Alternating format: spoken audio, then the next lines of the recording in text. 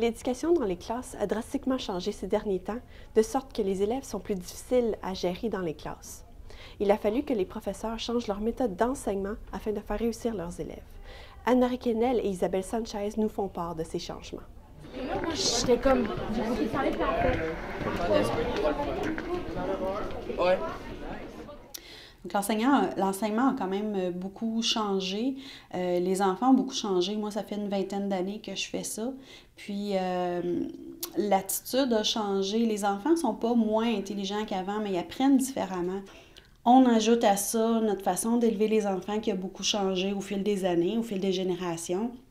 Puis aujourd'hui, on a beaucoup d'enfants, il y en a qui vont dire des enfants rois, donc des enfants à qui pas mal tout est permis, il y a moins de contraintes qu'avant. Un enfant ne connaît pas beaucoup maintenant ce que ça veut dire une conséquence. Je trouve que la carrière d'enseignement maintenant, c'est beaucoup entertainer.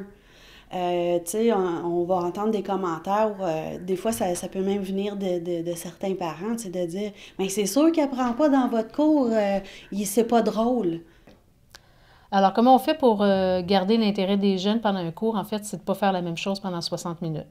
C'est important de varier parce que sinon, de garder l'intérêt de 35 élèves, soit que tu les fais bouger, tu fais travailler en équipe, soit que tu fais un peu de théorie comme j'ai fait hier, puis après ça, tu dis ils compléteront le reste à la maison, puis là tu changes, tu fais un peu de littérature, mais tu ne fais pas 60 minutes de même chose de la même théorie pendant 1 heure. La technologie aussi a pris de plus en plus de place en classe. Quand ça a commencé, on a commencé à avoir un ordinateur en classe avec un écran. Moi, j'ai beaucoup aimé cette partie-là. On a pu diversifier un peu l'enseignement en rendant ça plus vivant, en présentant quelques PowerPoint. Facile d'aller sur Internet pour montrer des images vivantes.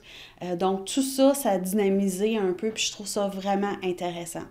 Après ça, là, on est passé comme à une autre phase où là, c'est la nouvelle mode d'avoir des tablettes, des iPads en classe.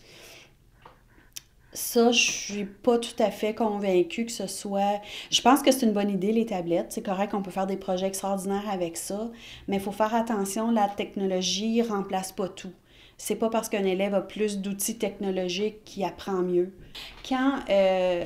Avant d'aller voir un groupe qui est plus turbulent, ça amène un stress. Vraiment, là, on a beau avoir confiance en ses moyens, savoir qu'on n'a pas vraiment de problème de discipline, on sait comment s'occuper des élèves, on sait quoi faire, on a des stratégies, on les a, les méthodes. La théorie est là, la pratique est là, puis l'expérience est là.